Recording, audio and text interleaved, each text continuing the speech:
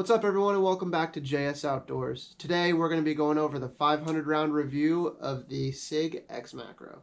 To start this off, I really want to go over how comfortable this platform is. It feels like it's built just for my hand. I have the large grip extensions on here.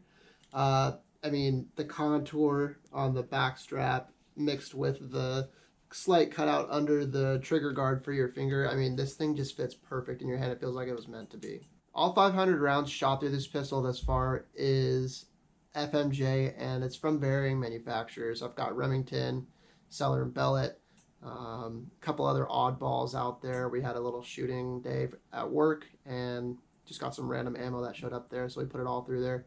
Haven't shot steel casings or aluminum casings through it yet, so that should be something I try soon. Every week I put about 100 rounds through it, leading up to the 500 round point. The firearm was never cleaned throughout those 500 rounds. So I have been carrying this pistol for a couple months now. A couple things I've noticed, especially moving up from the Glock 43, is the profile's a little bit larger. And then the addition of the red dot does add that little bit extra as well. I do really enjoy the 17 rounds that you get +1 in the chamber. I did add the TLR7 to the platform as well to give myself some light. Let's switch on over to the bench view and we can kind of go over how this thing looks. Alright, so not much different from the stock version of this pistol. All I've really done is add the Streamlight TLR7. This allows me to have a little bit of light at my disposal. It's a pretty good light. We can do a review on that later. But the biggest thing to know is that if you're going to get it for this Sig platform, is you have to get, let's see if we can get the camera to focus here. I don't know if it's going to work, but the 1913, I believe it's the S? Yeah, so the 1913S mounting system for this, because that is the only thing that will fit on this Sig rail. And before we move forward, we'll just verify and show that we are safe. No magazine, we have nothing in the chamber. Rack it a couple times so you guys know we're safe here. Alright, perfect. So nothing really scratched up too much. We've got some blemishes here and there. So I found the largest collection point of crap usually is within the red dot. And I also get a lot of lint around the trigger here. So I've been carrying this pistol with the N8 Tactical Executive holster. This thing's works well. I do have the clip canted so that when it sits in my belt it is kind of off center like this. One thing that I've noticed is there is a lot of extra material up in here because the slide only goes to about here. I'm assuming that's just for the ease of creation during the forming process because of the way this light kind of protrudes past the slide there. However, all in all, a really good holster. Alright, so starting with some of the pros, again, I said it in the beginning of this video and I'll say it again, this thing is a dream to shoot. It is super comfortable. The compensated slide keeps the whole platform down a little bit more while you're putting shots on target. It's really easy to stay on target and to reacquire your target, especially with the red dot here. So this pistol also comes with different back straps that you can kind of put on and off, kind of like the newer gen Glocks do as well. This really helps mold and modify the firearm and its width to the size of your hand, giving you a more comfortable feel when you're shooting. So the magazine release button here is a pretty decent size compared to some that you see on the market, and it's easy to operate, pretty easy to manipulate while you're doing your mag changes. I haven't tried it with gloves yet, but I would assume that there's going to be no issues with that at all. Another thing that I enjoy about this platform is it does have this under barrel rail, which currently the TLR7 is mounted to. However, you can easily take that off and mount the Mantis system to there and start getting your dry fire repetitions in. I know this video really serves as a 500 round review. Basically, that's live rounds. I've put at least 500 to 1,000 rounds on the pistol with dry fire as well through the Mantis system. The last thing I want to talk about is the stimpling on the grip. This stuff is really pronounced. It stays in place. It's a great grip for when you're actively shooting. I haven't tried it in wet weather yet. We'll be moving on to the 1,000 round review after this one. And that should move us into wet weather shooting as well. Since I don't really have an indoor range, I'll be out in the wet and the elements, so we'll get to try it out in those wetter environments. This will also transition into our cons portion of the video. So the only cons that I have with the stimpling of the grip is because it's so pronounced, and apparently I have a very sensitive stomach, I get a rash for like the first week or two that I was carrying it, and then the skin around my stomach where this thing's in constant contact apparently decided to man up, and it's a little bit less noticeable now. Sometimes it'll catch it just right here and there, but it is a pretty pronounced stimpling, so just be aware of that. Another con that we talked about in the original video we did with this pistol is the trigger itself. Now the trigger, and again, this thing is safe. We don't have anything in the mag well, nothing there. So if you look at when the trigger is depressed, there is a lot of take up there, and then as you start to pull back, there is quite a bit of creep on the trigger. And then with your reset, you can kind of see right here, got some more creep, and then the trigger is pulled. So again, all the take up there, quite a decent amount of take up before that, your creep, and then your trigger pull. Obviously, training with the firearm that you're using and continual operation of that trigger will help you combat any of these issues. I would just personally like to see a trigger that's maybe just a little bit better. And that's really where the Glock takes the win in this category. Is I've had a lot of factory Glock triggers that are a heck of a lot better than the one that's on this pistol here. I'm not sure, because I haven't shopped around, if the aftermarket game is strong with the Sig world, but I don't know if I really care about putting that much money or time into this pistol itself. The other kind of chippy thing that I had was that there's not a physical manual that comes within the package that you receive from factory. Now, I know we're in the 21st century and this is probably the way that everyone's going.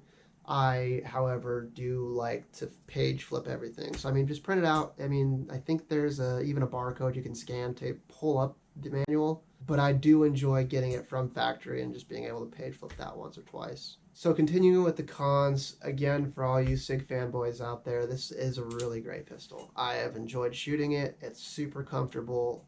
There is just a large part of this that I don't think anyone's really talking about. So when the slide is locked back after firing through an entire magazine, or your magazine is empty, I release my magazine, go to home a new magazine, and what happens is it trips without me manually moving the slide stop, trips the slide stop, and sends the slide home without me doing anything. Alright, so like I talked about in my first video, I found that when I insert and send this magazine home in the mag well, the slide and the slide lock seems to fail and the slide just shoots forward. So I'm going to try to replicate that and see if we can see it on video. I'll have my thumb out of the way so you can see that my thumb's not accidentally triggering the slide lock. So first time, and it does it. I'm not sure if anyone else is having this issue with their SIGs. If you are, let me know in the comments. I'm thinking about contacting SIG, and I'll let you guys know what they say following that conversation. Now, I did the unfortunate thing and went on to some of the forums. And a lot of the information that you guys were given on there is that A lot of people are seeing this similar issue, and B, a lot of people are looking at it as a benefit. So yes, I can see that there is a time loss when the slide manually moves forward itself. However, there's an inconsistency involved with that. And with that inconsistency, it can create confusion, especially when you train a specific way. So myself personally, every time I send a magazine home, I manually operate the slide. So it's in its locked back position. I then unlock it by moving the slide back and letting go, sending the slide forward, and then putting a round into the chamber. And then now it's back in the battery. Because this is how I train, and technically this is how the firearm's supposed to operate, when that slide moves forward by itself without me actually doing this action, what I've found is that during mag reloads, I am ejecting that round that the firearm decided to load by itself, and it's causing me to expend a round without actually using it. Now again, this is something that the firearm is not supposed to do, and again, I went on to the forums with the fanboy SIG guys out there, and everyone was kind of praising this. It's not consistent, it doesn't happen every time, so you'll ultimately expect it to happen, and then if you're in the middle of something or a situation where you need to use your firearm and your stress level is high, you're going to resort back to what you're used to and what you train. So if you're training for a failure and the failure doesn't happen, you now have lost a step, and cognitively you need to turn the switch on and you have to diagnose why it didn't work, which is going to cost time, and then time could cost you your life. So I did contact SIG. I contacted their customer support, and the first person that I talked to, not putting any names out there, not putting anyone on blast, continued with the SIG fanboy stuff that I was kind of seeing on the forums, saying that, oh, well, mine does it too. I mean, some might say it's a benefit. Like, I don't need any of that crap. I need a firearm that works the way that it's designed. So through a back and forth with the email chain and a couple of different people, we were able to get a return authorized, and I'm going to be sending the pistol back. Now again, this is a brand new pistol. Roughly $1,000 MSRP. It's going to be a little bit more than that, I think, depending on where you get it from. I don't expect to have such egregious problems from a pistol or a platform, especially if it's supposed to be the top tier platform. And then also have your sales representatives be okay with this malfunction. Again, I'm not trying to talk bad about anyone, but as a customer service representative and them kind of okaying this failure, it didn't sit right with me, and the firearm malfunction's already not sitting right with me. So following the interaction and the completion of this repair on the pistol, which is what it's being sent back for, I will keep you guys posted and updated on kind of the complete findings, whether or not SIG lives up to their ability to provide great customer service, and whether or not I will be making further purchases with SIG itself. One last gripe about the platform before we wrap this up is that during dry fire, again, in the beginning we talked about the Mantis system just briefly, how it works well on this platform. One thing that doesn't work well is when you're practicing mag changes. So in this empty pistol, I will put this empty magazine, and then like when I'm training with a Glock, I'll manipulate the slide stop here. Now, the thing that I've found is that this actually doesn't drop the slide when you have a magazine inserted into it. I have been able to force it before, and it takes an extreme amount of pressure to force that closed.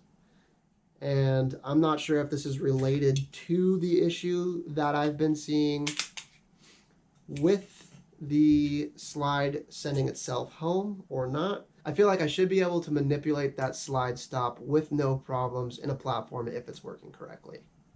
So all in all, this thing is a dream to shoot. The compensated slide works well, keeping the muzzle down while you're shooting rapidly.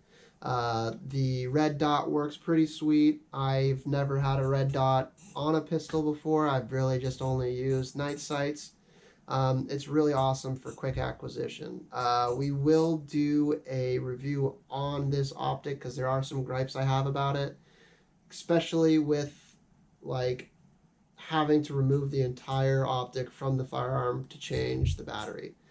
Something that I don't know if you can necessarily get away with this low profile of a optic, but it would be nice to have some sort of top-mounted battery compartment. Still, with the little bit of gripes that I have here and there, the comfort of this thing is just outmatched. I have shot a lot of different platforms, and this one I feel like so far is probably the most comfortable that I've shot. Concealability is, it's okay. It's not the best, but it's also not the worst. Just know what potentially could be printing when you're concealing this firearm, and kind of combat that with either wearing a specific set of clothing or positioning the firearm in a way in which people don't necessarily just look at your shirt and say, oh, well, there's a firearm. Again, there are also some pretty egregious gripes that I have, which are failures with the slide mechanism, the slide lock, and then inserting magazines. Hopefully SIG does the right thing and we can get this thing figured out, and I hope that a lot of you out there who are experiencing the same issues also looks at holding their own firearms to a higher standard to where it should be working as designed. So that's the 500 round review. Hope you guys liked it. Stay tuned. We'll keep you updated on the warranty portion of this, and also once we get it back, having a lot more rounds through it. If you haven't already, check out our website, jsoutdoorsllc.com. We also have social medias, Instagram and Facebook. That's going to be JS Outdoors LLC. Until next time, everyone, keep training, keep up the good work. Get outside, do something productive. It's hunting season for me, which is why I haven't been putting out videos. Try and kill something. If you do, send it to us. Go on the website, look at our emails, send us an email, and we can put it on the Hall of Fame. Thanks for watching, everyone.